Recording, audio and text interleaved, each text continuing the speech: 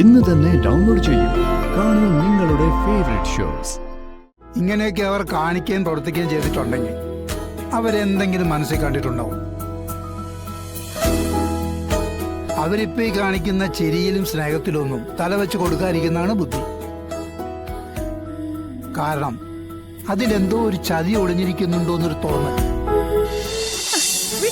15 കോടിയുടെ മുതൽ തിരിച്ചു പിടിക്കാൻ 4-5 അക്ക സംഖ്യയെങ്കിലും ചെലവാക്കിയില്ലെങ്കിൽ പിന്നെ എന്തോന്ന് ഗുണ്ടായിസം ഉണ്ടാക്കാനാ? ഇവര് ചത്തു മരിച്ചു നിൽക്കും. രക്ഷപ്പെടാൻ ശ്രമിച്ച കൊന്ന് കൊല വിളിക്കാനും മടിയില്ലാത്തവരാ. രോഹിത്തെ, ഇവിടുന്ന് നിനക്ക് രക്ഷപ്പെടണമെങ്കിൽ ഈ മുതൽ എഴുതി കൊടുക്കുക തന്നെ വേണം.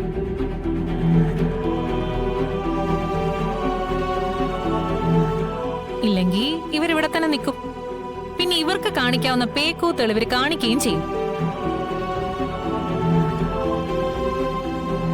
അതെല്ലാം കണ്ടും കേട്ടും സഹിച്ച് നിൽക്കേണ്ടിയും വരും. പിന്നെ സബ് രജിസ്ട്രാർ ഓഫീസിൽ പോയി ബുദ്ധിമുട്ടണമെന്നില്ല. രജിസ്ട്രാറെ നമ്മളിവിടെ പറയുന്ന സമയത്ത് കൊണ്ടുവരും. എപ്പോ ഒപ്പിടാൻ പറ്റുമെന്ന് മാത്രം പറഞ്ഞാൽ മതി.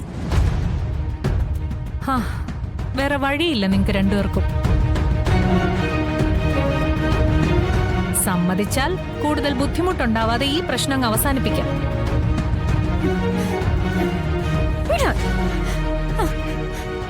ഒരു വരവ് കൂടി ഞങ്ങൾ വരാം. ഞങ്ങൾക്ക് വേണ്ട പേപ്പേഴ്സിലൊക്കെ അപ്പൊ ഒപ്പിട്ട് തരേണ്ടി വരും.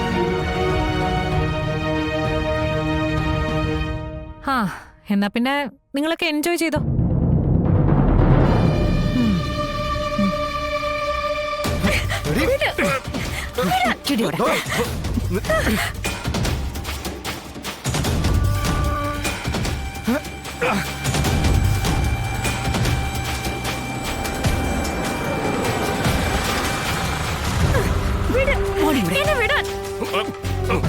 നടക്കണം.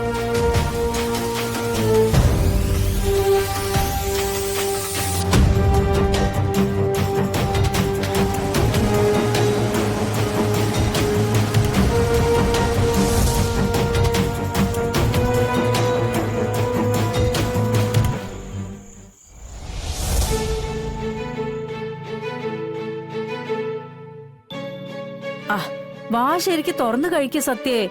പകുതി ചോറും താഴത്ത് കളഞ്ഞാ കഴിക്കുന്നെ.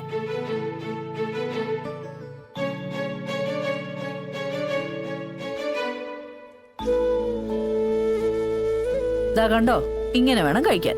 എനിക്ക് മതി ശാരദാമ്മേ. ആഹാ, ഏയ് അതൊന്നും പറഞ്ഞാൽ പറ്റില്ല. ഈ പ്രായത്തില് നന്നായിട്ട് ഭക്ഷണം കഴിക്കണം. എന്നാലേ പഠിക്കാനും കളിക്കാനൊക്കെ ഒരു ഉന്മേഷം ഉണ്ടാവും. എന്നിട്ട് മുത്തശ്ശൻ കുറച്ചല്ലേ കഴിക്കുന്നത്? മുത്തശ്ശന് പ്രായമായില്ല, ഇതൊക്കെ തന്നെ ധാരാളം. ആയ കാലത്ത് നല്ലോണം ഭക്ഷണം കഴിച്ച് നടന്ന ആളാ നിങ്ങളുടെ മുത്തശ്ശൻ. അക്കാര്യത്തിൽ ഒരാളെ നോക്കിയതുമില്ല, സ്വന്തം കാര്യം സിന്ദാബാദ്. ഇത്തിരിയില്ലാത്ത കുട്ടികളുടെ അടുത്ത് ഇങ്ങനെ തന്നെ പറഞ്ഞു കൊടുക്കണം. എന്നാലല്ലേ വളർന്നു വരുമ്പോ മുത്തശ്ശനോട് അവർക്ക് നല്ല ബഹുമാനം ഉണ്ടാവും. പറഞ്ഞോട്. ആനു, രാമേട്ടൻ 2 മാസത്തെ ലീവിന് മകളുടെ അടുത്തേക്ക് പോവാണെന്നാ പറയുന്നത്. ഇതിപ്പോ ലീവിന് അപേക്ഷ കൊടുക്കട്ടെ എന്നാ ചോദിക്കുന്നത്. അതെ മാഡം, മകളുടെ എന്തോ ഓപ്പറേഷനുമായിട്ട് ബന്ധപ്പെട്ട് പോകുന്നതാ. അപ്പൊ പിന്നെ നമുക്ക് പുതിയൊരാളെ വേണ്ടേ? അത് കരാറടിസ്ഥാനത്തിലാണ് എടുക്കുന്നത്. അതിനിപ്പോ മിക്കവാറും തലക്കേട് നടന്നിട്ടുണ്ടാവും. എങ്ങനെയായാലും നമുക്ക് തലവേദന ഉണ്ടാക്കാത്ത ഒരാളെ കിട്ടിയാൽ മതിയായിരുന്നു. അല്ലെങ്കിൽ തന്നെ ഇവിടെ 100 കൂട്ടം പ്രശ്നങ്ങളാ. എന്തായാലും 2 മാസത്തെ കാര്യമല്ലേ ഉള്ളൂ. അതിനുള്ളിൽ രാമേട്ടൻ തിരിച്ചു വരികയും ചെയ്യും. ഇനി വരുന്നവൻ നമുക്ക് സ്വീകാര്യനല്ലെങ്കിൽ മറ്റൊരുത്തൻ. ഡെയിലി വേജസ് ആയതുകൊണ്ട് വരുന്ന ആളുമായിട്ട് ഇവിടെ ആർക്ക് കമ്മിറ്റ്മെന്റ്സ് ഒന്നും ഇല്ലല്ലോ. ഓക്കെ. നാളത്തെ മീറ്റിംഗ് എത്ര മണിക്കാണെന്ന് എന്നെ ഒന്ന് വിളിച്ചറിയിക്കണം. മെന്റൽ ഹോസ്പിറ്റലിൽ വെച്ച് പറഞ്ഞിരുന്നതല്ലേ, അത് രാവിലെ തന്നെ വിളിച്ചു പറയാം. ശരി, പറഞ്ഞതുപോലെ കാര്യങ്ങളെല്ലാം ഒന്ന് പ്ലാൻ ചെയ്തിട്ട് എന്നെ അറിയിക്കാം. ശരി മാഡം. എന്താ മോള്? ഏയ്, അതത്ര കാര്യപ്പെട്ട കാര്യമൊന്നുമല്ല. രാമേട്ടന് ലീവ് വേണോന്ന്. ആ ശാരദേ മോക്ക് ചോറ് കൊടുക്കും. ദേ, നീ ഇരിക്കെ. ഞാൻ പിന്നെ കഴിച്ചോളാം അമ്മേ.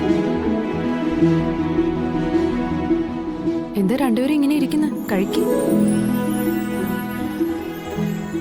ഇതുങ്ങള് രണ്ടും വെറുതെ ഇരിക്കുക. ദേ, സത്യാണെങ്കിൽ ഒന്നും കഴിക്കുന്നില്ല.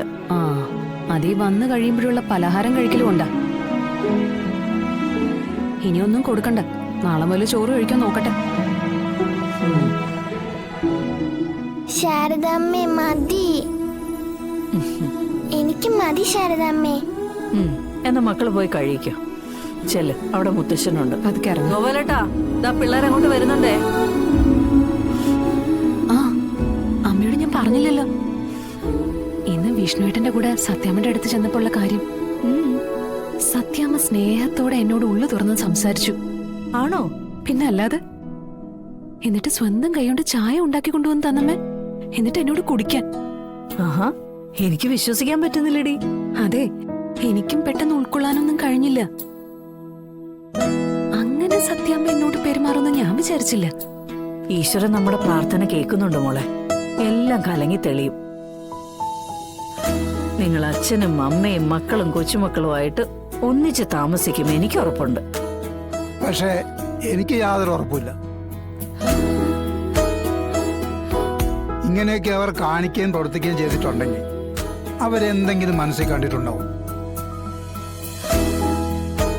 അവരിപ്പോ ഈ കാണിക്കുന്ന ചിരിയിലും സ്നേഹത്തിലൊന്നും തലവെച്ച് കൊടുക്കാതിരിക്കുന്നതാണ് ബുദ്ധി. കാരണം അതിലെന്തോ ഒരു ചതി ഒളിഞ്ഞിരിക്കുന്നുണ്ടോ എന്നൊരു തോന്നൽ. അവരെ എനിക്ക് നന്നായി അറിയാവുന്നതുകൊണ്ട് പറഞ്ഞതാ. ഇത്രയും ബുദ്ധിമുട്ടും പ്രശ്നങ്ങളൊക്കെ ആയ സ്ഥിതിക്ക് അവര് മനഃപൂർവ്വം തോറ്റു തരുന്നതാണെങ്കിലോ? ഇനിയിപ്പോ ഒരു വഴക്കും വയ്യാവേലിയും ബഹളവും ഒന്നും വേണ്ടെന്ന് അവര് സ്വയം തീരുമാനം എടുത്തിട്ടുണ്ടെങ്കിലോ? എന്റെ ശാരദേ, പഴമക്കാർ പറയുന്ന ഒരു ചൊല്ല എനിക്കിപ്പോ ഓർമ്മ വരുന്നത്, അണ്ണാൻ മൂത്താലും മരങ്ങേറ്റം മറക്കില്ലാന്ന്. ചിന്തിക്ക്. എന്നിട്ട് മോളെ അവര് കാണിക്കുന്ന കപട സ്നേഹത്തിന്റെ മുന്നിലേക്ക് ഇട്ട് കൊടുക്ക്.